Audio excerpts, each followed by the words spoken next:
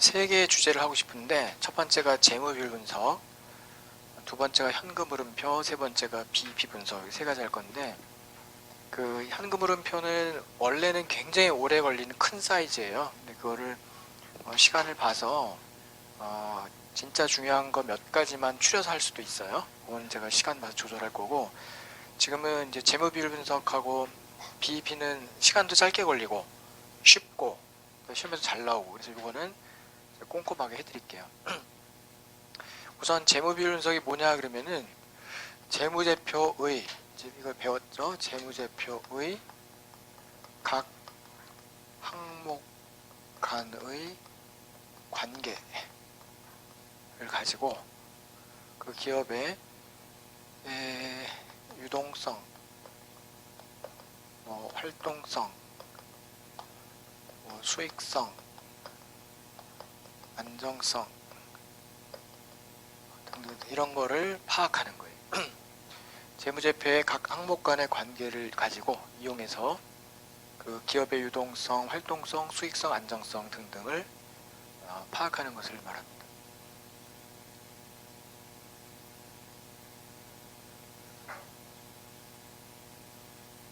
그리고 이제 이 중에서 유동성, 활동성이 시험에 진짜 잘 나와요. 유동성, 활동성 이런 거 그냥 참조만 하시고 유동성과 활동성이 잘 나옵니다. 그럼 그 중에서 그럼 첫 번째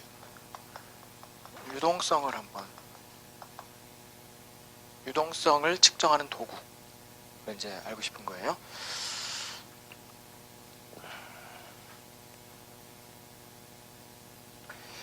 이거는 마치 재무비율 분석은요, 일반 실무에서는 그 기업 진단이라고도 합니다. 기업에 대한 진단. 그러니까 의사가 환자를 이렇게 진료하기 전에 진단하듯이 기업을 진단하는 것이 저 재무비율 분석을 통해서 합니다.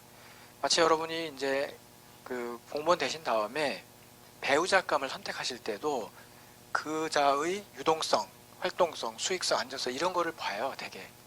그쵸? 물론 이제 다른 것도 더 볼 수도 있겠지만은 장기적으로 봤을 때 이런 거를 보면, 그러니까 우리가 저 기업이 좋은 기업이다 얘기하듯이 저 배우자감이 좋은 배우자감이다.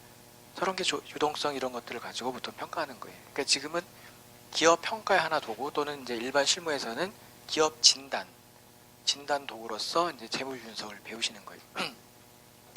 그냥 유동성인데 유동성이 뭐냐면은 유동성은 제가 경영학이나 이런 거 할 때 잠깐 설명한 것 같긴 한데 유동성은 그냥 현금화 능력이에요. 현금화 능력. 그러니까 현금화 능력인데 이건 제가 재무관리할 때 설명드렸던 것 같고 회계학에서는 이거는 그 단기 채무, 지급 능력 이렇게 이해하셔야 됩니다. 같은 말이에요. 우리가 현금이 왜 필요한 거죠? 그러니까 현금은 돈을 현금으로 들고 있으면은 좋아요, 나빠요? 좀 질문이 좀 이렇게 너무 추상적인데 돈으로 현금으로 갖고 있으면 예를 들어서 이걸 내가 물건을 사거나 이렇게 해서 자산을 갖고 있지 않고 돈으로 갖고 있으면은 마음은 뿌듯할지 몰라도 그 돈은 돈을 벌질 못해요. 은행에라도 예금하면 그건 돈을 버는데 내가 현금 갖고 있으면 그렇죠. 또 분실 위험도 있고 현금을 갖고 있으면은 좋은 게 아닌데 왜 현금을 갖고 있는 거를 좋아하느냐면은 단기 채무를 지급하기 위해서는 반드시 현금이 있어야 되잖아요. 그래서 유동성을 그냥 단기 채무 지급 능력 이렇게 하셔도 됩니다.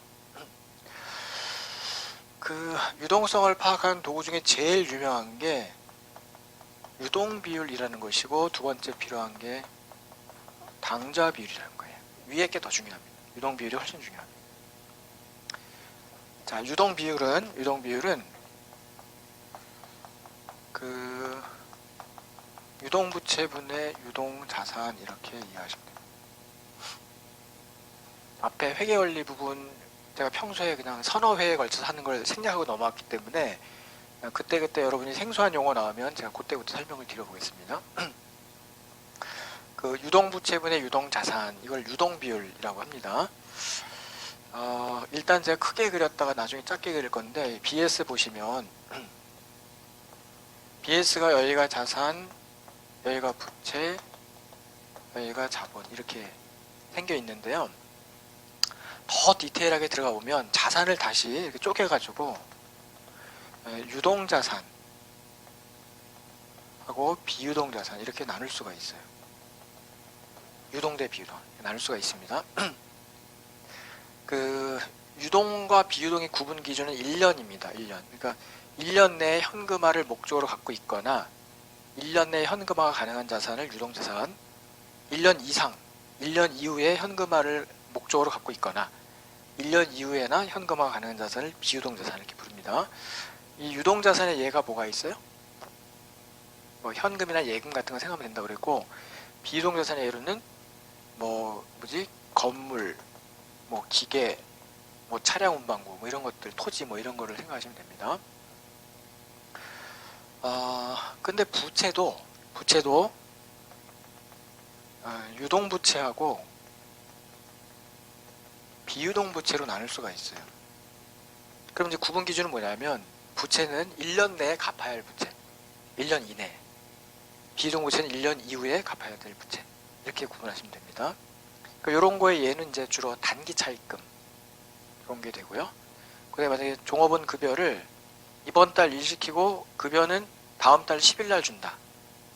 그러면 이제 이번 달 말에 만약에 장부를 만나고 하면 그건 부채가 되죠. 다음 달 열흘 후에 줘야 될 거니까. 그런 게 이제 유동부채고, 또 뭐 이런 외상 매입금 같은 거, 우리가 이제 물건을 샀는데 외상으로 샀어요. 다음 달 줄게. 그럼 그런 것도 부채예요. 물건을 먼저 갖고 오고 돈은 다음에 줄게. 근데 1년 이내 요거고 1년 이후. 요거의 대표적인 게 사채. 사채가 이제 이쪽입니다. 그렇게 이제 구분하는데, 그러면 얘가 분자, 얘가 분모. 요게 유동 비율이에요. 재무제표의 각 항목.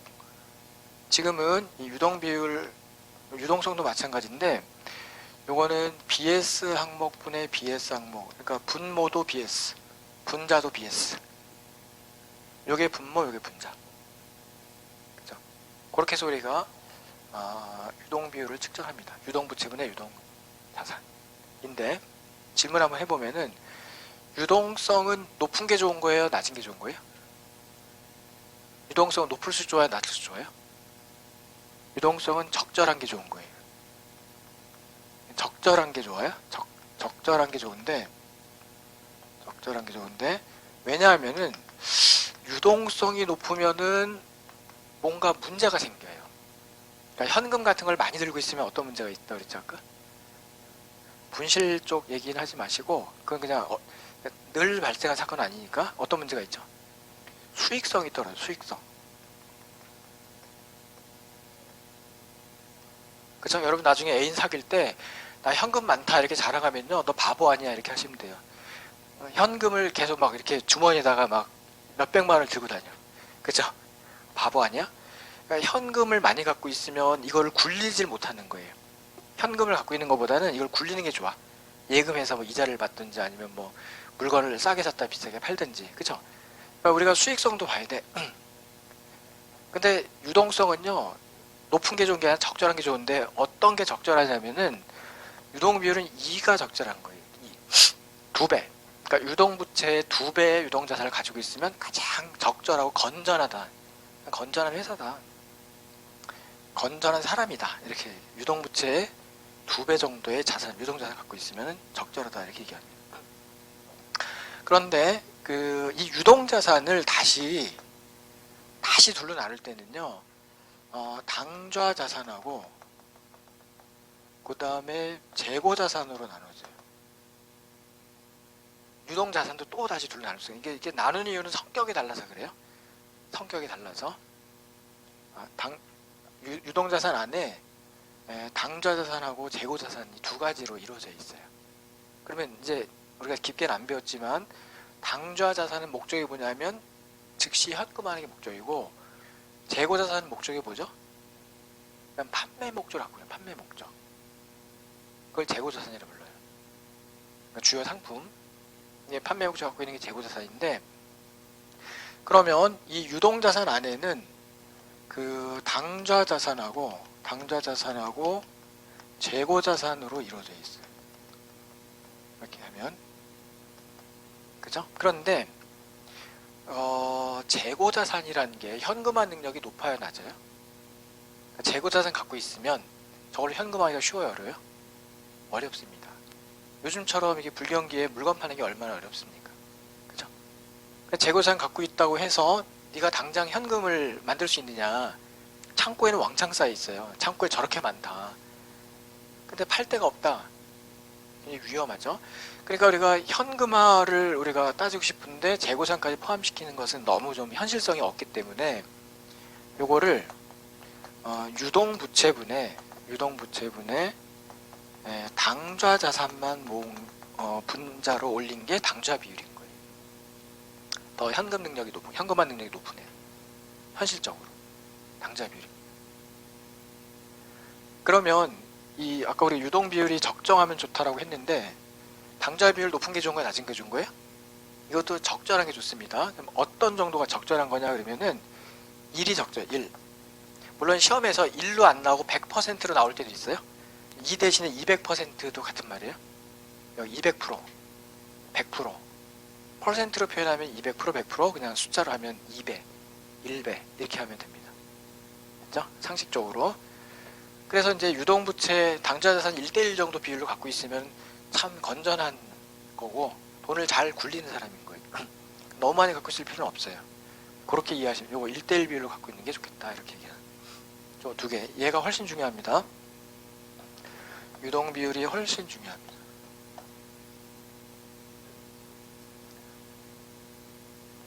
요거는 이제 공간이 필요하니까 제가 지울게요.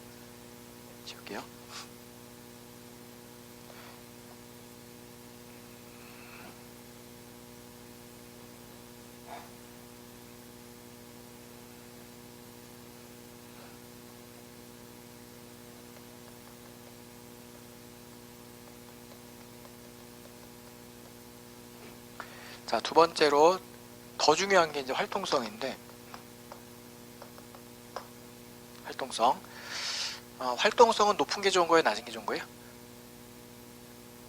활동성은 높은 게 좋은 거예요. 활동적일수록 좋은 거예요. 그죠?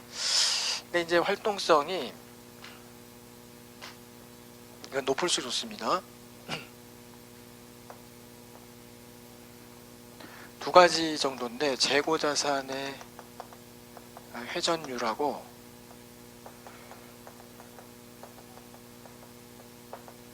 매출 채권의 회전율, 이 두 가지가 이제 대표적인데 얘가 거의 99.9% 얘가 나올 거예요. 이거 그냥 참고만 하시고, 재고자 회전율이 제일 중요합니다. 재무비율 전체에서.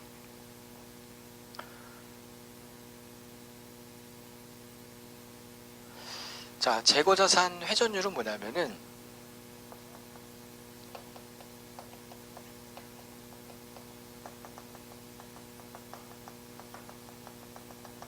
이렇게 돼 있어요.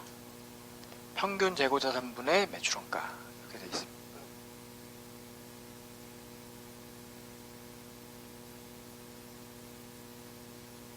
이걸 우리가 재고자산 회전율을 합니다.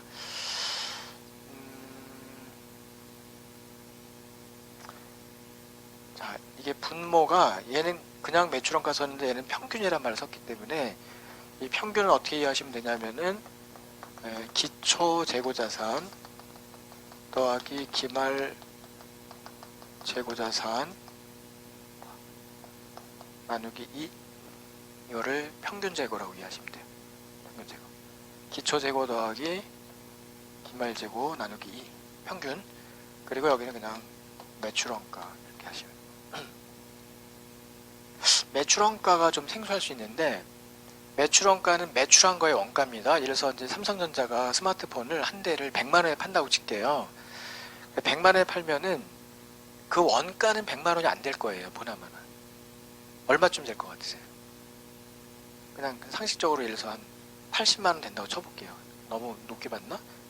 70만 원 된다. 70만 원. 매출의 원가. 그 삼성에서 만들 때 그 원가에는요, 우리가 원가 얘기를 깊게 안 하지만 제품의 원가에는 세 가지가 반영이 되는데, 첫 번째가 직접 재료비, 그 다음에 직접 노무비, 인건비, 그 다음에 제조 간접비, 나머지 추가로 들으면, 그래서 이런 뭐 전기세, 뭐 이런 임차료 이런 거 합쳐가지고 이 세 가지가 합쳐서 원가가 되는 거예요. 삼성전자가 스마트폰 100만원에 파는 거가 원가가 이거 합쳤더니 개당 70만원 나온다고 칠게요. 그럼 그게 이거예요. 매출한 거의 원가. 1년 동안 이거 70만원짜리 10대 팔았다, 10대밖에 못 팔았다 그러면 700만원, 100대 팔았다 그러면 7천만원. 그게 이제 매출원가입니다. 물론 그 회사는 매출이 이제 10대 팔았다 그러면은 1000만원. 그죠? 그 다음에 100대 팔았다 그러면 1억이 들어와 있을 거예요. 매출은. 근데 그 원가는 그거보다 좀 낮은 개념으로 매출의 원가를 말하는 거예요. 그런데 이 분자는 그냥 매출원가 써놓고 분모는 평균이란 말을 쓴 이유가 뭐냐면은, 자, 매출원가는 이게 IS 계정이에요, BS 계정이에요?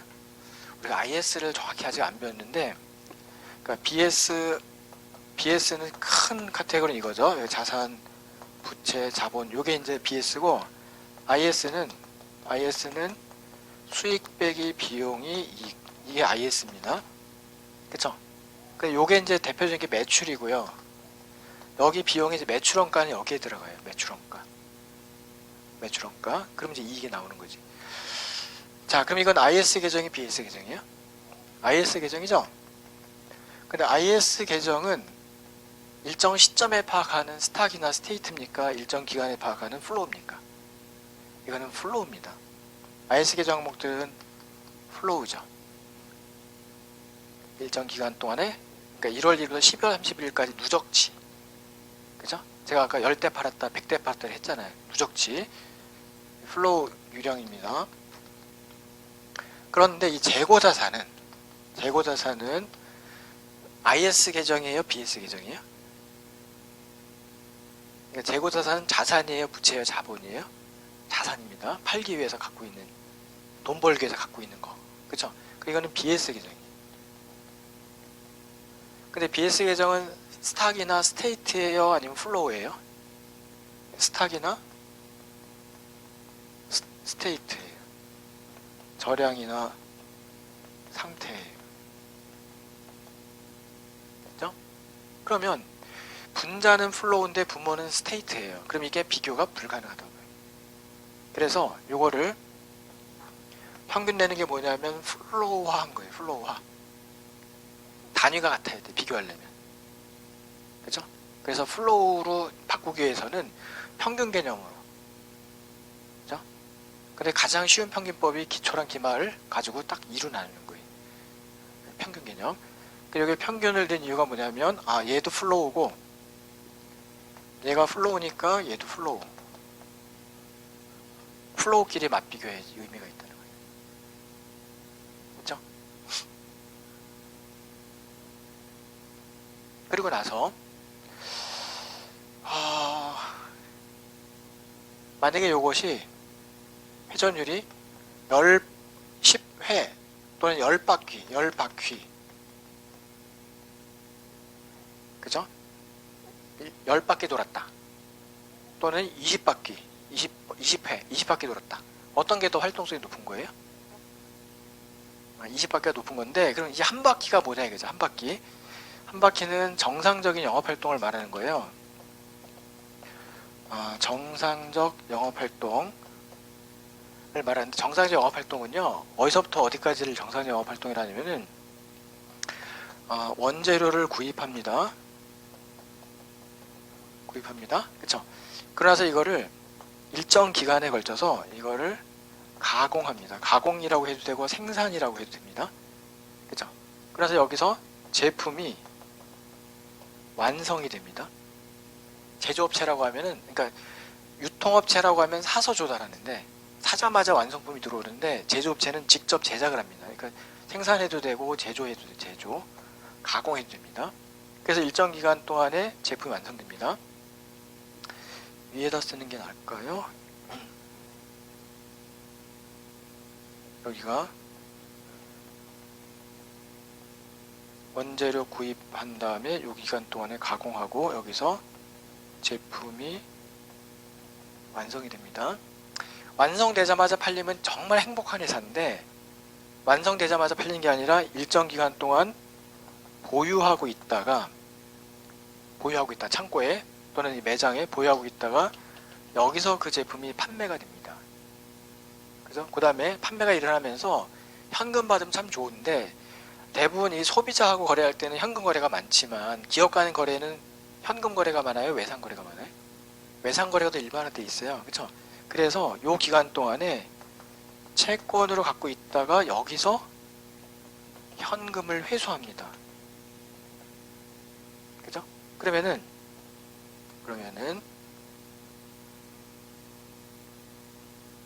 자, 여기서부터 여기를 정상적인 영업활동 또는 한 회라고 해요. 한 바퀴. 원재료를 사서 물건 만들어서 팔아서 돈이 돌아온 데까지를 한 바퀴라고 봐요. 정상적인 영업활동. 그럴 때 우리는 이제 보세요. 예를 들어서 요때 갖고 있는 걸 뭐라고 그러냐면 원재료라고 부르고요. 원재료. 요때 갖고 있는 걸 뭐라고 그러냐면은 제공품이라고 불러요. 제공품 또는 반제품이라고 불러요. 반제품. 요때 갖고 있으면 제품이라고 부르기도 하고, 또는 내가 사서 조달했으면 상품이라고 해도 돼요. 그리고 요 기간 동안 갖고 있는 걸 뭐라고 부르냐면은 재고자산이라 불러요. 재고자산 이제 나왔죠? 팔기 위해서 갖고 있는 거 재고자산. 그리고 요때 갖고 있는 걸 뭐라고 그러냐면은 매출채권이라고 불러요. 이제 매출채권 좀 이따 나올 거예요. 매출채권이라고 불러요.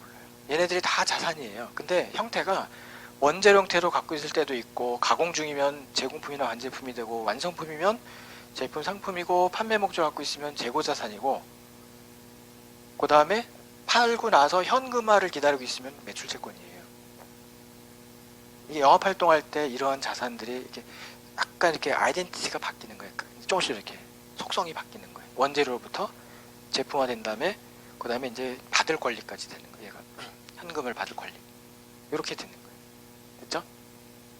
그러면 그게 10바퀴다, 10회다 이렇게 얘기하고 100바퀴다 이렇게 얘기해요. 만약에 1년에 10바퀴가 도는 회사라면은 결국 1년이면은 1년에 10바퀴면 한 바퀴 도는데 기간이 얼마 걸린다고 보셔야 돼요.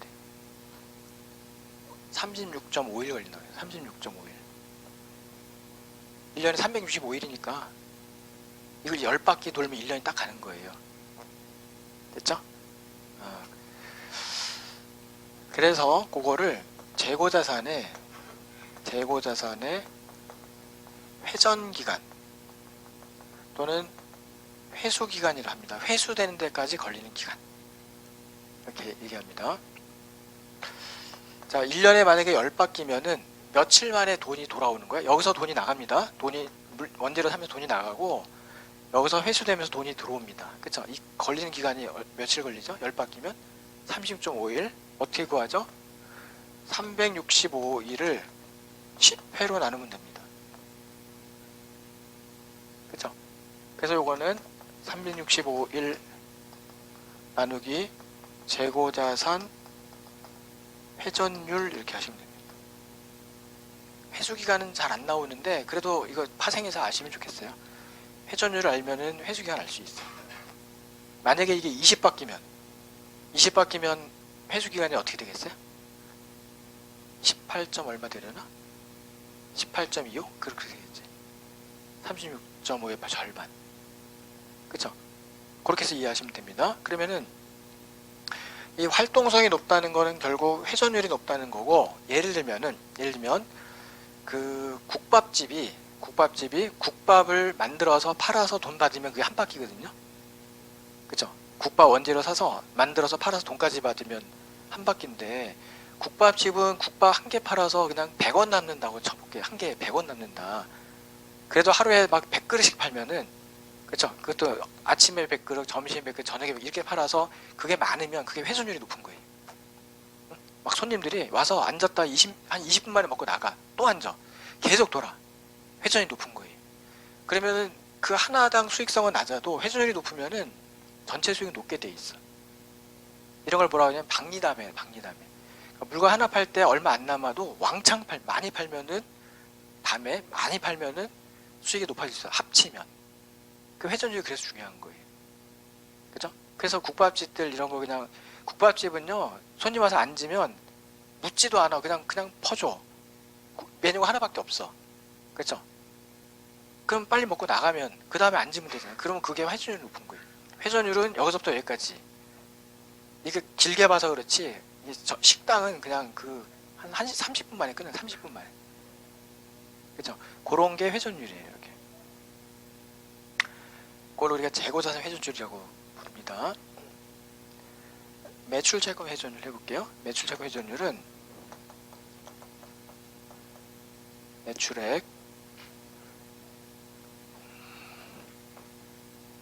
나누기 평균 매출 채권이라고 합니다. 매출액 나누기 평균 매출 채권. 이걸 회전율이라고 부릅니다. 그러면은 분자는 그대로 매출인데 분모에 평균이란 말이 붙었어요. 그래서 이건 어떻게 해석하시면 되냐면 매출액 기초 매출 채권 더하기 기말 매출 채권 나누기 이렇게 되는 거예요. 그럼 왜 분자는 그대로고 분모는 이렇게 더해서 2로 나누냐 하시면은 이 매출액은 어디 계정이에요? 이거는 IS 계정이에요. 매출액은 수익에 들어가는 매출. 그러니까 이거는 플로우예요. 그런데 매출 채권은 이거는 BS 계정이에요. 자산이거든, 자산. 그죠? 그러니까 이거는 스탁이나 스테이트예요.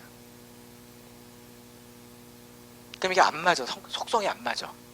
플로어하고 스탁은 비교가 안 돼. 그래서 이거를 우리가 이렇게 해서 플로어한 것이 평균이란 개념이고 가장 쉬운 플로우 구하는 방법이 기초 더하기 기말 나누기. 그죠? 그래서 그거를 우리가 얘도 플로우가 되고 얘도 플로우 비교가 되는 거예요. 그리고 매출 재고 회전율이 10회 또는 10바퀴라 하는 것은 이게 결국 또 10바퀴 돈 거나 마찬가지다.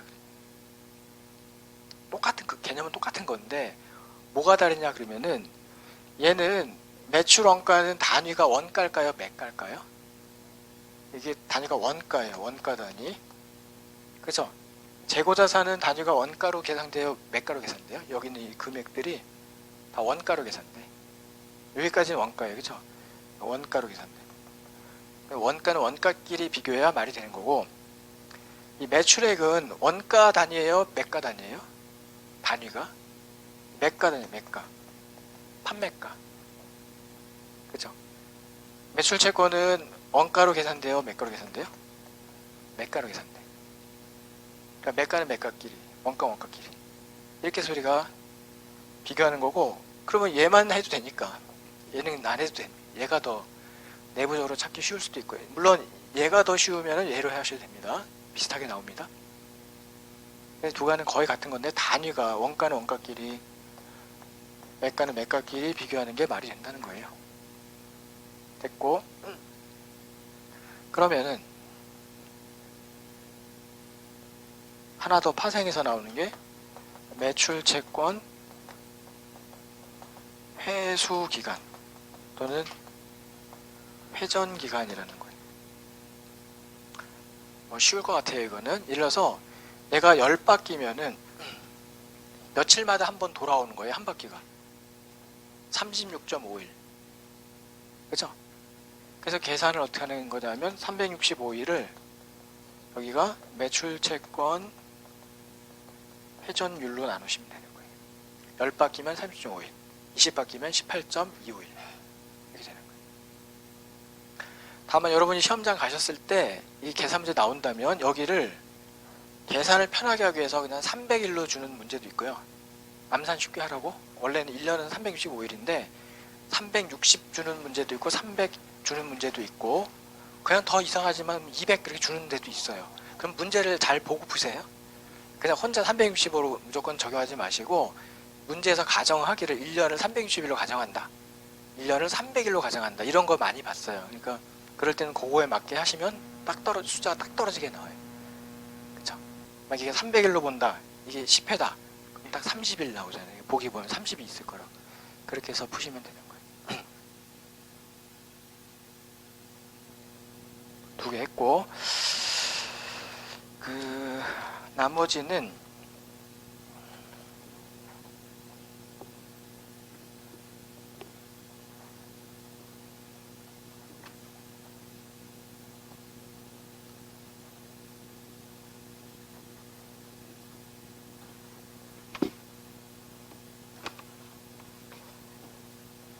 지금 저희가 한 게 몇 페이지에 있나요? 혹시 아세요? 페이지가 표시가 되어 있네. 21, 22까지 일단 왔고, 그렇죠. 수익성 같은 경우는 제가 이제 말로 해도 될 것 같은데, 예를 들어서 총자본 이익률 이렇게 보세요. 총자본 이익률. 그러면은 분자가 당기순이익. 당기순이익은 IS 계정에 있어요? BS 계정에 있어요? IS 계정 있죠. 그다음에 총자본은 뭘 말한 거냐면은 그 자산 전체, 총자산과 같은 말이에요.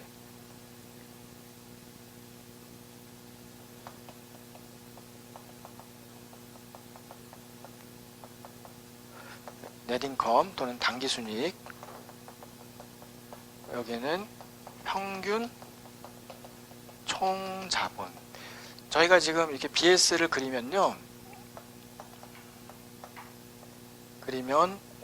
여기가 BS인데, 요거는 보통 우리가 자본 또는 자기자본이라고 부르는 거고, 총자본은 이거를 총자본 아니면은 총자산 아니면은 총투자라고 부르는 거예요. 총자본, 총자산, 총투자 같은 말이에요. 이걸 보통 우리가 자기자본이라고, 이걸 보통 타인자본이라고 하거든요. 타인자본. 자, 내부 청구권, 외부 청구권 할 때 타인자본, 자기자본. 그러면 이게 총자본이에요. 총자본. 그래서 이거는 뭐 아까 한 거 똑같으니까 당기순이익은 이건 IS 계정이고 총자본은 BS 계정이다 보니까 어떻게 해야 돼요? 평균 내야 된다는 거예요. 시험 거의 안 나옵니다. 안 나오니까 이거 신경 쓰요. 시험은 4개가 나올 건데 얘가 1등, 얘가 2등. 그 다음에 요 정도가 한 3등 정도 될 거예요. 해소기간. 그 정도로 중요한 게 3가지. 이건 이제 참조하시는데 이런 원리를 그냥 써먹으시는 건데 근데 이 총자본 이익률을 신문에 보시면은 이거를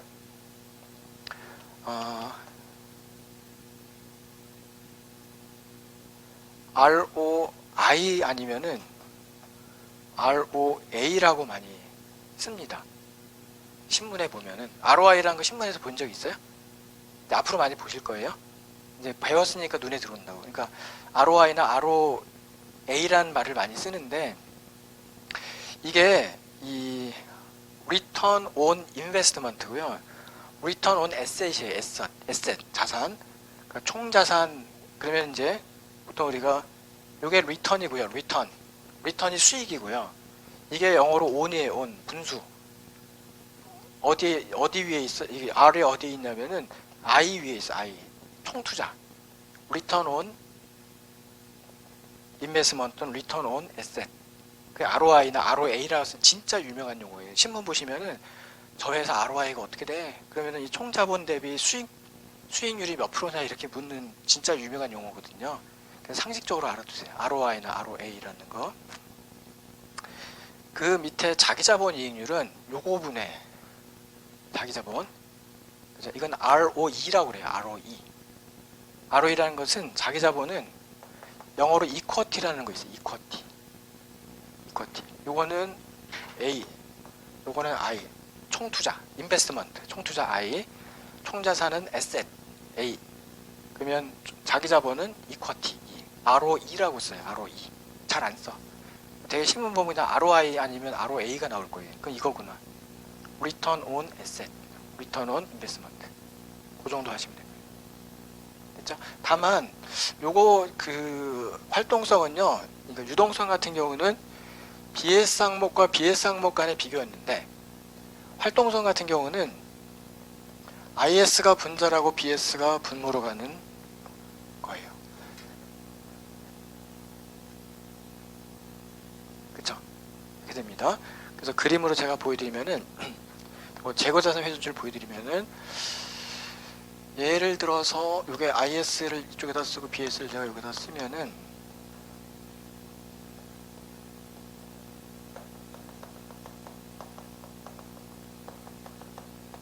자, 여기가 이제 매출액에서 매출 원가를 빼면은 이거를 매출 총익하고 뭐 점점점점 여러 가지가 있는데 쭉 내려갑니다. 이것도 제가 유인물엔 들었는데 시간이 없어서 제가 여기를 건너뛰었어요. IS를 쭉 보여준 표가 있어. 맨 꼭대기에 매출액에서 매출 원가 빼면 매출 총이익, 거기다가 판매비와 관리비 빼면은 영업이익, 영업의 수익 더하고 영업의 비용 빼고 나면 세전이익 이렇게 쭉 나가요. 내가 이제 생략한 거예요. 그러면 이 중에서 이 자산 안에 자산을 이렇게 점점점 나눠갖고 이게 유동이라고 치고 유동자산이라고 치고 유동자산 안에 재고자산이면은 여기쯤 있어요. 재고자산이 유동자산을 크게 둘러나면 당좌하고 재고거든요. 아래쪽에 있어 재고자산이. 그리고 요 중에 얘 매출원가 이렇게 얘가 분모 얘가 분자 BS분의 IS 재무제표의 각 항목 간의 관계 지금은 BS분의 IS 항목 그죠? 얘가 분모 얘가 분자 그게 회전율인 거예요. 그러니까 저 사람이 회전율이 높다 활동성이 높다 회전율 활동성입니다. 그런 거 보려면 요거랑 요거 보면 돼. 아니면 요 아래 거 요 매출채권 요거 보고 싶으면은 그냥 따로 그려보면은 IS에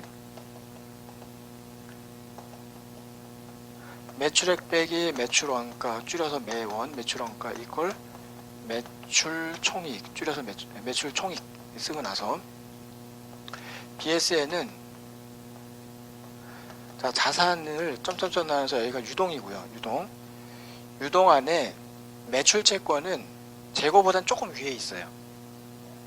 왜냐하면 현금화가 좀 쉬워서 현금화 쉬운 게 위로 가고 현금화 어려운 게 아래로 가거든요. 근데 매출채권은 여기쯤에 있다고 치면 돼. 현금보단 아래 매출채권 그 다음에 매출액 이렇게 분모 분자 얘가 분모 가고 얘가 분자로 가는 거예요. BS분의 IS 활동성이라고 하는 거예요. 자, 갖고 있는 재산분의 그죠? 움직이는 그 캐시플로우의 크기 이렇게 보여주시면 돼요. 활동성이 높다는 얘기는 그죠? 이건 플로우 개념, 이거는 스탁 개념. 수익성도 됐고 그 다음에 이제 안정성 중에서 그 레버리지 비율 써 있는 데 중에서 부채 비율 하나만 하고 이제 이거 넘어갈게요. 주제를 그 부채 비율은 요거를 부채 비율이라고 하시죠? 요게 부채 비율입니다. 부채 비율은 S분의 B의 비율을 하는 거예요. 또는 이걸 뭐라고 재무관리는 뭐라고 부르냐면 이것을 자본구조 또는 재무구조라고 부르는 건데 자본구조는 뭐의 약자였죠? 자본 조달구조의 약자죠. 자본을 조달한 구조. 대변 자본 조달구조. 그쵸? 내가 필요한 돈이 100억인데 내가 50대 50으로 조달할지 아니면은 60대 40 조달할지 이게 부채 비율을 말하는 거예요. 부채 비율. 이 정도가 여러분 시험에 필요한 재무 비율입니다. 그러니까 일단 꼭 기억나셔야 될 거는 유동 비율 하나하고 재고자산 회전율 이 두 가지는 꼭 기억나셔야 돼요. 나머진 걸 파생할 수가 있거든요. 조금씩 응용해서. 근데 회전율은 꼭 기억나셔야 돼요. 특히 이건 쉬운데 유동 비율이니까 그냥 유동 부채비 유동 자산이 쉬운데 시험은 거의 99.9% 여기서 나오면 이거랑 이걸 섞어서 나오더니 이것만 갖고 나올 거예요. 그러니까 이것만 꼭 정리해 주세요. 이거는 그냥 또 요거를 응용한 거니까 안 중요하고 재고자산 회전율과 회수기간 그리고 얘네들은 높을수록 좋다. 이렇게 아시면 되는 거예요. 됐고 이제 제가 하고 싶은 주제 두 개가 남았는데 현금흐름표가 좀 사이즈가 크기 때문에 맨 거의 마지막 페이지 맨 끝에 가시면은 그 원가 조업도 이익 분석 써 있는 제 사절 있거든요. 요거 일단 설명할게요. 요거 한 2, 30분 걸려요. 요거 하고 남은 시간 가지고 현금흐름표를 하던지 시간이 모자라면은 그건 제가 문제풀이반 가서 할게요. 맨 끝 페이지에 있지 않아요? 없어요?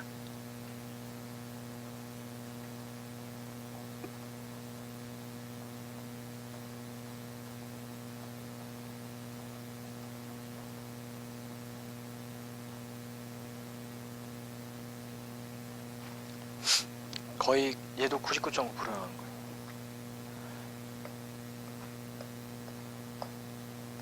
거의 꼭 나오는 거예요. 이 CVP라고 할 때는요, CVP는 해석할 때 요게 이제 원가, 요게 조업도, 요게 이익 이렇게 해석합니다. 원가, 조업도, 이익. 그래서 원가는 코스트, 조업도는 볼륨, 그 다음에 이익은 프로핏. 그래서 원가, 조업도, 이익 분석이라고 하는데, 조업도란 말이 어려우면요, 이건 생산량 이렇게 하시면 돼요. 조업도란 말이 어려우면 생산량, 원가, 생산량, 이익 분석 이렇게 하시면 되고, 이 BEP란 말이 더 유명한데 신문에서 제일 많이 보고 우리가 그냥 흔히 그냥 일상적으로 많이 쓰는 용어인데, BEP는 요거는 손익 분기점이라고 해석하는 용어예요. 많이 들어보셨죠? 손익 분기점, break even 포인트예요. break even이니까 break even. 그러니까 여기까지가 break even이고요. 이게 포인트예요. break even 포인트, 손익 분기점 이렇게 얘기하는 거예요. 그럼 여기서 시험에 뭐가 나오냐면 가정 아니면 계산 문제인데, 가정 아니면 계산 문제인데 가정이 4개인가 있을 거예요. 가정이 5개 있구나. 양가라 3번에 그 가정에서 1번이 제일 중요한데, 이 BEP 분석할 때는요, 가정이 모든 비용을 고정비랑 변동비로 나눌 수 있다. 이 가정이 제일 중요해요. 고정비와 변동비 나눌 수 있다. 그러면 고정비는 뭐고 변동비는 뭐냐? 고정비는요, 생산량, 요 조업도, 요거에 관계없이 일정하게 발생하면 고정비고, 생산량, 조업도에 따라 달라지면 변동비인 거예요. 그죠? 그러면 아까 지워졌는데, 저희가 이 원가의 구성 요소가 3가지라 해서 기억나시는 분? 첫 번째가 직접 재료비, 직접 노무비, 그 다음에 제조, 간접 이렇게 있다고 그랬는데, 재료비나 노무비는요, 생산량을 10개 생산하고 100개, 1000개 생산량이 달라지면은 재료비, 노무비는 어때요? 같이 달라집니다. 얘는 주로 변동비예요. 변동비. 그 다음에 이 제조간접비는 이런 어떤 임차료, 전기세. 물론 전기세는 생산량이 비례할 수도 있어요. 그렇지만 이런 공장 임차료 또는 공장장 월급, 이거는 이 한 달에 물건을 10개 만들, 100개 만들, 1000개 만들건 변해요, 안 변해요? 안 변합니다. 그런 거는 고정비도 성격이 있는 거예요. 그러니까 모든 비용을 변동비랑 고정비로 나눌 수 있다. 이렇게 가정합니다. 그러고 나서 이제 제가 약식 IS를 하나 알려드리는데, 이거는 요 CVP 분석, BEP 분석은 요거는 관리회계 영역입니다. 관리회계 영역은 내부 경영자를 위해서 만든 그런 회계 정보이기 때문에 원칙이란 게 있어요, 없어요? 없어요. 그냥 의사결정에 도움이 되면 되는 거예요. 그래서 이 IS를 관리회계용, 그러니까 관리회계용 아니면은 경영자 의사결정용, 경영자 의사결정용으로 IS를 만들면 그냥 일반, 잠깐만요. IS, 그러니까 재무회계에서 외부 보고용, 보고용으로 만들 때는요, 매출액에서 매출원가를 빼면은 이거를 매출 총이익 이렇게 부른다고 했어요. 물론 더 있습니다. 굉장히 많은데 그냥 간단하게 보여주면 이거예요. 그런데 이 IS를 관리회계용 아니면은 내부 의사결정, decision making, 내부 의사결정으로 바꿀 때는요, 이거를 매출액에서 변동비를 뺀 것을 공헌이익이라고 하고, 거기서 뺀 거 이렇게 할까? 거기서 고정비를 빼면 바로 없어도 되고, 고정비를 빼면은 이거를 이익 이렇게 부르게 됩니다. 여기 하나만 제가 더 보여드릴게요. 여기 4번 해가지고 판매비와 관리비, 줄여서 판관비를 빼면은 판관비를 빼면 이거를 5번 영업이익이라고 합니다. 영업이익. 근데 이제 여기다 영업이란 말 안 쓰고 그냥 이익으로 볼게요. 이게 외부 보고용 재무제표, 외부 재무회계용. 이거는 그 앞에 재무제표를 제가 정리해드린 자리가 있어요. 거기에 있어요. 오늘은 시간이 없어서 안 보는데 몇 페이지에 있나요? 8페이지에 가면 있네? 8페이지. 8페이지 가니까 되게 큰데 제가 앞부분, 윗부분만 조금 줄여서 보여드리는 거예요. 매출액에서 매출원가 빼면은 매출총이익, 거기다가 판관비 빼면은 영업이익. 아래에도 쭉쭉쭉 있는데 아래가 다 0이라면 그냥 여기서 끝날 거예요. 영업이익. 그리고 그냥 아래 아무것도 없으면 그냥 이익이라고 해도 돼요. 당기순이익. 그런데 이 관리회계용, 내부 보고용, 내부 의사결정 IS는 모든 비용을, 이게 지금 비용이 얘하고 얘인데요. 비용이잖아요. 비용. 이거를 변동비랑 고정비로 나눌 수 있다 가정해요. 그러니까 재무회계에서는 여기에 변동비랑 고정비, 여기에 변동비나 고정비가 들어가 있을 수가 있어요. 여기에 변동비도 있고 고정비도 있어. 여기도 변동비, 고정비. 근데 이거를 모든 변동비는 1로 빼고 모든 고정비는 1로 빼는 거예요. 성격을, 비용을 변동비, 고정비로 나눌 수 있다. 나눈 다음에 순서상 매출액에서 변동비 빼면은 공헌이익, 거기다 남은 고정비 빼면은 이익. 이익은 지금은 영업이익이라고 해도 상관없습니다. 그냥 이익으로 해도 돼요. 여길 지웠으니까 이익. 이렇게 되는 거예요. 지금 관리회계하고 있어요. 의사결정용으로.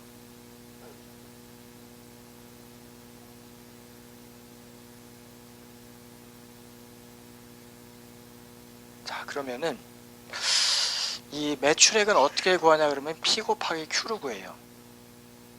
매출액은 어떻게 구하냐? P 곱하기 Q. P가 뭐냐 그러면은 이거는 개당 매출액, 또는 그냥 보통 이걸 객단가를, 객단가 하나당 얼마에 파나 이거예요. 아까 우리가 삼성전자가 스마트폰을 100만원에 판다면 이게 100만원 말하는 거예요. 100만원. 요거는 판매 수량이에요. 판매 수량. 이게 매출액이 돼. 100만원짜리 10개 팔면 1000만원, 100만원짜리 100개 팔면 1억. 이게 매출액이 이렇게 결정돼요. 변동비는 어떻게 결정되냐면 V 곱하기 Q로 결정돼요. V.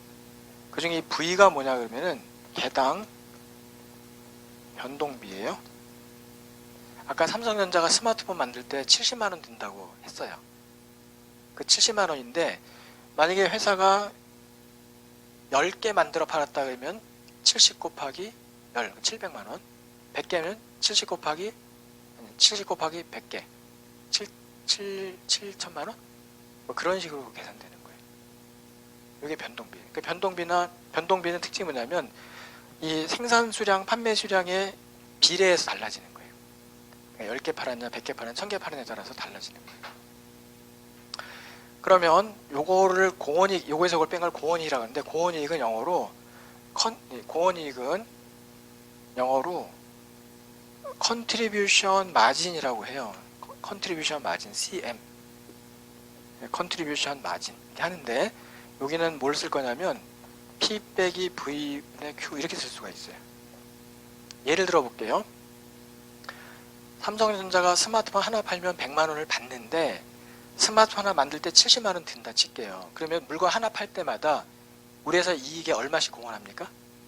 30만 원씩 공헌합니다. 물건 하나 팔면 30, 10개 팔면 300, 100개 팔면 3천이 남는 거예요. 그 이거예요. 요게 30만 원이.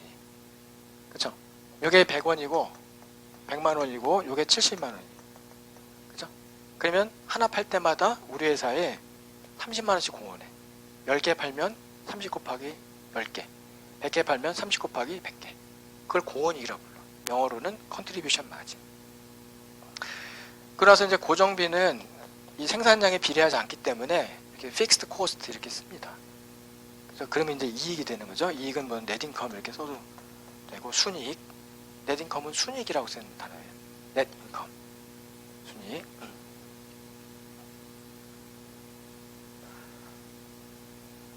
자, 그러면 우리가 제가 이거를 말로 써볼게요.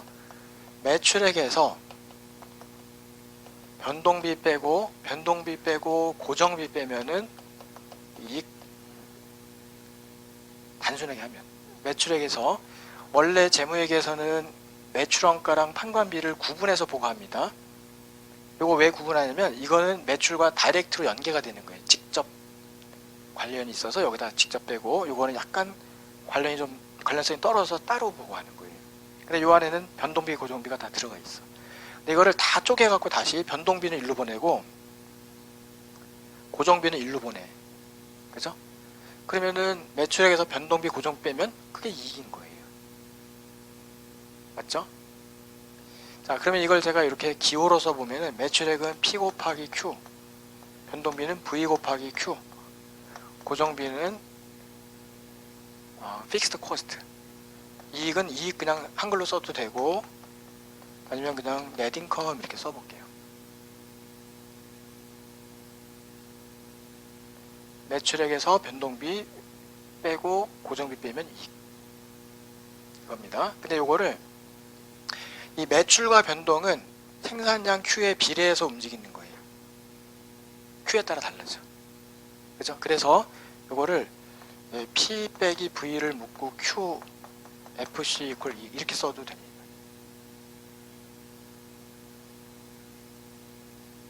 그냥 묶은 거예요. Q가 양쪽에 나오니까 하나를 묶은 거예요. 그러니까 우리는 요걸 뭐라고 부르냐면은 공헌이익에서 고정비 빼면은 이게 이익인 거죠. 그죠? 공헌이익에서 고정비 빼면 이익입니다. 묶어주면 요거에서 요거 빼면 얘다 이거지. 요거에서 요거 빼면 요거를 하나로 묶으면 얘가 되고 요걸 정리하면 얘가 되고 여기서 요거 빼면 요거를 뭐라고 볼 거냐면 P 빼기 V를 단위당 공헌이익이라고 하려고 그래요. 단위당 공헌이익. 아까 말로 했던 거 생각해 보세요.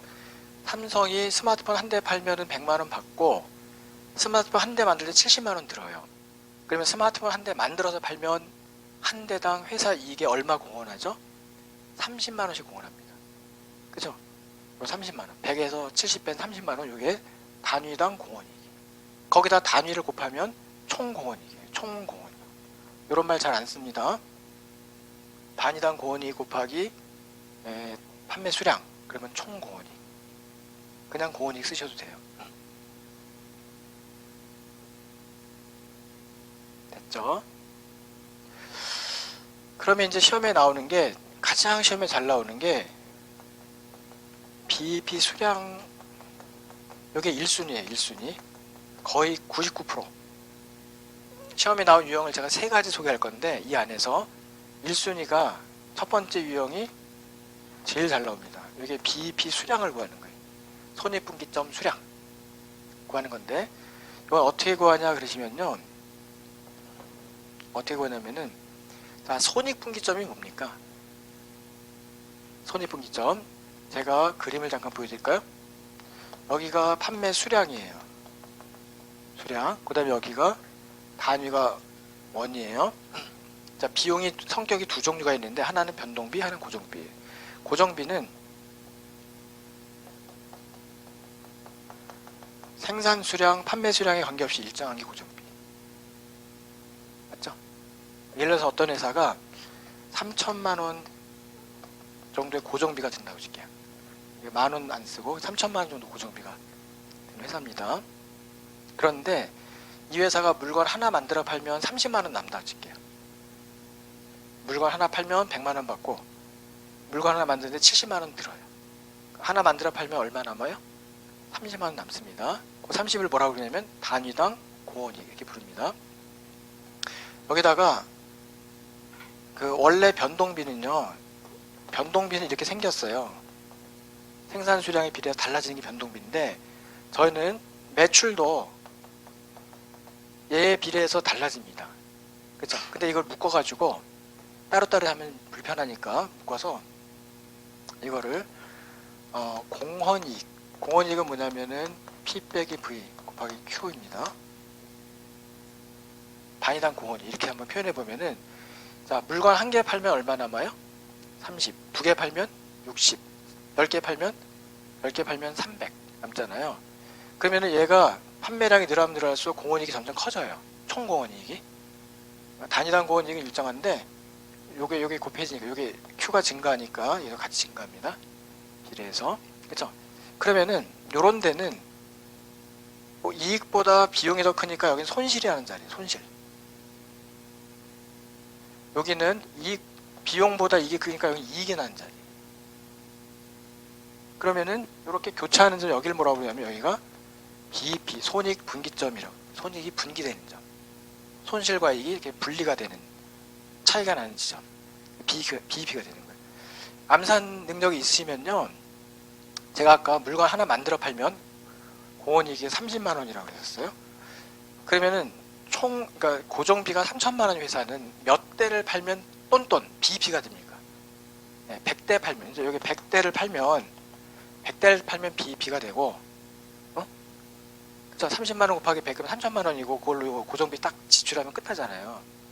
그 101대 팔면 얼마 남아요? 회사 이익이 30, 102대 팔면 60, 110대 팔면 300 이렇게 이익이 나요. 이게 비례해서 요만큼씩 이익이 나는 거예요. 근데 만약에 99대 팔면 어떻게 돼요? 회사가 30 손해가 나. 98대 팔면은 60 손해가 나. 이쪽으로 가면. 그쵸? 이쪽은 손실 나고 이쪽 이익 나는데 그거 사이 교차점을 BEP라고 하는 거예요. 그걸 구하는 BEP. 몇 개를 팔면 BEP냐 이거지. 그냥 이거는 어떻게 만들면 되냐면요. P 빼기 V, Q 빼기 FC 콜 0인 Q를 구하는 거예요. 손익분기점은 이익이 나요, 안 나요? 안 나죠? 이게 플러스도 아니고 마이너스도 0인 경우를 찾는 거예요. 그러면은 고로 Q를 구하는 거예요. 수량이라는 거는 퀀터티를 말하는 거거든. 그죠? 그러면 이거 Q를 구하려면은 얘 먼저 넘기고 그 다음에 얘 넘기면 돼. 여기 Q를 좌변에서 놓고 나머지 다 우변으로 보내는 거예요. 그래서 FC 먼저 보내고 밑에다가 P 빼기 V가 나누기로 가면 돼요. 그러면 이거를 외우는 방법은 고정비를 단위당 공헌이익으로 나누시면 되세요. 고정비를 단위당 공헌이익 이렇게 외우세요. 공식 어차피 객관식 시험이니까 공식을 묻지는 않을 거고 그냥 이 직관력이 더 중요하거든요. 고정비를 몇 개 팔아야 메꾸냐 이거지. 3천만 원을 이 30만 원짜리로 몇 개를 팔면 딱 똔똔이 되느냐 메꿔지냐 그걸 말하는 거니까 고정비를 단위당 공헌이익으로 나누면 됩니다. 3천만 원을 100 빼기 70, 즉 30만 원으로 나누면은 100대를 팔면은 BEP다 이거지. 이게 시험에 잘 나오는 1순위. BEP 수량. 그죠? 1순위. 두 번째 내는 게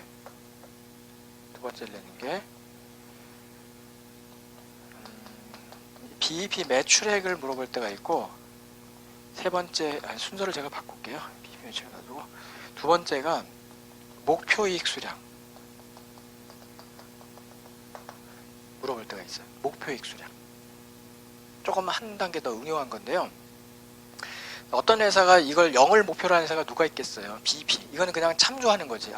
100대를 팔면 똔똔이구나 100대 이상 팔자 이렇게 노력하기 위해서 100대를 알고 있는 거지 100대 팔면 그 장사할 맛이 안 나잖아요. 그래서 대부분은 이번에 우리가 목표이익이 예를 들어서 뭐 한 50 정도 이익을 내고 싶다. 이렇게 목표이익이 있을 때 얘기해요. 자, 이럴 때는 어떻게 되냐면은 요건 어디다 쓸까? P 빼기 V Q 빼기 FC 이퀄 50 이러면 돼요. 아까는 여기가 이익이 0이었는데 요 자리에다가 50 넣으면 돼. 그쵸? 이익이 50이 나오게 만드는 Q를 구하는 거예요. 그러면 자, 공식이 어떻게 되냐면은 FC 더하기 목표이익 그리고 나서 P 빼기 V 이렇게 됩니다. 그러니까 무조건 이건 외우세요. 이거를 외우시고 이걸 응용하시면 더 편하세요. 따로 구하지 마시고. 그러니까 BEP 수량은 뭐냐면 이익이 0인 점, 이익이 0. 그쵸? 이익이 0 나오는 걸 말하는 거고 이익이 없어요. 그죠? 그 다음에 목표이익이 있으면 이 목표이익만큼 여기 넣어주면 돼. 50이면 50, 100이면 100. 그러니까 계산 편하게 해서 30 해볼까? 30, 목표이익이 30이다. 그럼 몇 대 팔면 돼요? 100 한 대 팔면 돼. 100 한 대. 맞죠? 100대면 BEP 똔똔이고 한 대 더 팔면 30 남잖아요. 그럼 여기다가 3000 넣고 여기다가 30 넣고 하시면은 딱 101이 나올 거예요. 답이. 101대. 됐죠? 그렇게 하시는 거예요. 요거는 좀 얘보단 덜 중요합니다. 얘가 제일 중요하고 약간 응용해서 BEP 수량이 아니라 목표익 수량 물어볼 때가 있다. 그러면은 여기다가 목표익 하나 더 넣어주면 돼요. 이렇게. 마지막 세 번째는 BEP 매출액. 그럼 얼마어치를 팔면 BEP냐 이렇게 물어볼 때가 있어요. 아까는 몇 개를 팔면 BEP냐, 지금은 얼마어치 팔면 BEP냐 이건데 BEP 매출액은 어디다 써야 되나? 자, BEP 매출액은요, 고정비를 공헌 이익률로 나누시면 돼요. 고정비를 고헌 이익률로 나누시면 됩니다. 자, 고헌 이익률이 도대체 뭐냐? 자, 예를 들어서 매출이 100이고요. 변동비가 70이고 고헌이 30이라고 해볼게요. 매출 100, 변동비 70, 고헌이익 30. 자, 이거 가지고 우리는 변동 비율이라는 것도 파악할 수 있고, 그 다음에 공헌 이익률이라는 것도 파악할 수가 있어요. 직관적으로. 변동 비율 몇 프로죠? 변동 비율은 70%입니다. 매출액 대비 변동비가 70%. 변동 비율 0.7이고 고헌 이익률 몇 프로죠? 30%입니다. 0.3. 됐죠? 그래서 변동 비율은 1 빼기 공헌 이익률로 구할 수도 있고, 또는 고헌 이익률은 1 빼기 변동 비율로도 구할 수 있어요. 됐죠? 그러면 우리가 BEP 매출액을 얼마어치 팔면 BEP가 되느냐? 그러면은 3천만원 나누기 0.고헌이익률이 3%, 30%, 0.3. 맞죠? 여기 100분의 30, 100분의 70, 100분의 30. 이렇게 하시면 답이 나오는데, 이거 공식 혹시 까먹으시면 이렇게 하지 마시고 BEP 수량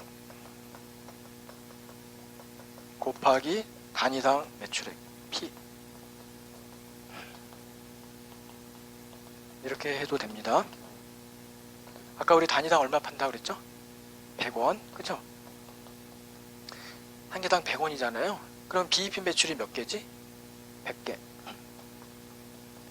그러니까 100개에 그냥 100원 곱해도 된다. 그러니까 공식 까먹어도 상관없어요. 원래 공식이 이건데 고정비를 고헌이익률로 나누는 거예요. 그러니까 3000 나누기 0.3. 그죠? 그럼 이게 아마 1000이 나올 거예요. 100 빼기니까 만이 나오겠구나. 만. 이렇게 나올 거예요. 만원어치 팔면은 된다는 거지. 그죠? 근데 이걸 공식으로 외우지 마시고 그냥 BEP 수량, 어차피 이건 무조건 외우셔야 돼요. BEP 수량은. 그래서 BEP 수량 100개 팔면 돼? 그럼 한 개당 얼마야? 100원이야. 곱하면 되잖아요. 그렇게 해서 답을 낼 수 있습니다. 그럼 이제 그 마지막 페이지에 예제가 있어서 예제 잠깐 말로 풀어드리고, 지금 그 현금 흐름표는 오늘은 못할 것 같아요. 제가 문제풀이반에서 할 테니까 문제를 놓고 해드릴 테니까 다음으로 미루겠습니다. 그 마지막 페이지에 중간에 가정 보시면 5개인데요. 말 문제가 나오면 가정이 나올 거예요. 가정 1번 모든 비용을 변동비랑 고정비로 나눌 수 있다. 2번 고정비는 항상 일정하는데 현실적으로는 항상 일정하지 않을 수 있어서 어떤 범위 내에서 일정하다. 이렇게 얘기하고, 세 번째 변동비는 조업도란 말이 어려우면 그냥 생산량에 비례해서 달라진다. 그 다음에 4번 판매가, 지금 우리가 칠판으로는 P 쓴 거 있죠. 소문자 P. 판매가 일정, 소문자 P 일정. 그 다음에 방가로 5번 생산량과 판매량은 항상 같다. 그러니까 생산한 만큼 다 판다. 생산된 건 다 판다. 그러니까 우리는 생산량 파악해도 되고 판매량 파악해도 됩니다. 그거를 전 칠판에서 Q라고 쓴 거예요. Q. 그쵸? 그리고 나서 예제 보세요. 단위당 판매 가격과 단위당 변동비가 각각 200과 140이고 여기까지 끊고 무조건 시험에 나오면요, 바로 단위당 고원이익을 먼저 계산해 두세요. 옆에다가 살짝. 얼마죠? 그러니까 하나 팔면은 200 받을 수 있는데 하나 만드는데 140원 든대요. 그럼 단위당 고원이익은 60원입니다. 60원. 그걸 옆에다 체크해 두시고, 고정비가 7,200일 경우, 그리고 나서 1번 BP는 얼마냐? 손익분기점 얼마냐? 그러면 60원짜리를 몇 개 팔아야 7,200을 만들어낼 수 있냐 그거거든요. 그럼 공식 어떻게 하면 되죠? 여기다 써먹을까요? 여기다 써먹어 보시면은 7,200을 60 또는 200 빼기 140 이거예요. 그죠? 60원 남는 거를 몇 개 팔면 7,200이 되느냐 그런 말이에요. BEP. 그게 이제 120개가 나오네요. 120개. 됐죠? 그리고 나서 두 번째 문제가 목표이익이 있네. 목표이익. 그래서 목표이익 1,500원을 달성하기 위한 판매 수량이 얼마냐? 그러면은 요거잖아요. 여기다가 넣으면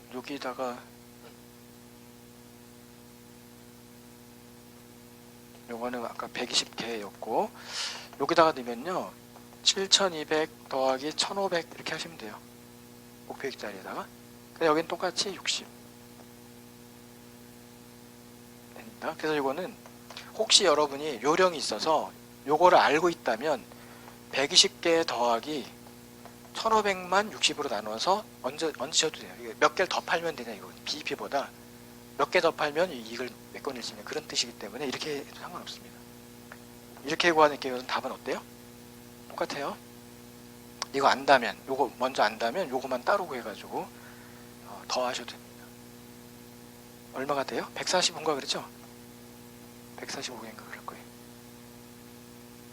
그 다음에 그 책에는 문제가 없지만 혹시 BEP 매출액 구하면 어떻게 구하실래요? BEP 매출액 구하라 그래요. 세 번째 유형. BEP 매출액 구하라고 하시면은, 자, 생각해 보세요. 200원이 매출이고, 단위당 매출이 200원이고, 그 다음에 단위당 변동비가 140입니다. 단위당 고원이익은 60입니다. 그러면 단위당 변동 비율은 몇 프로입니까?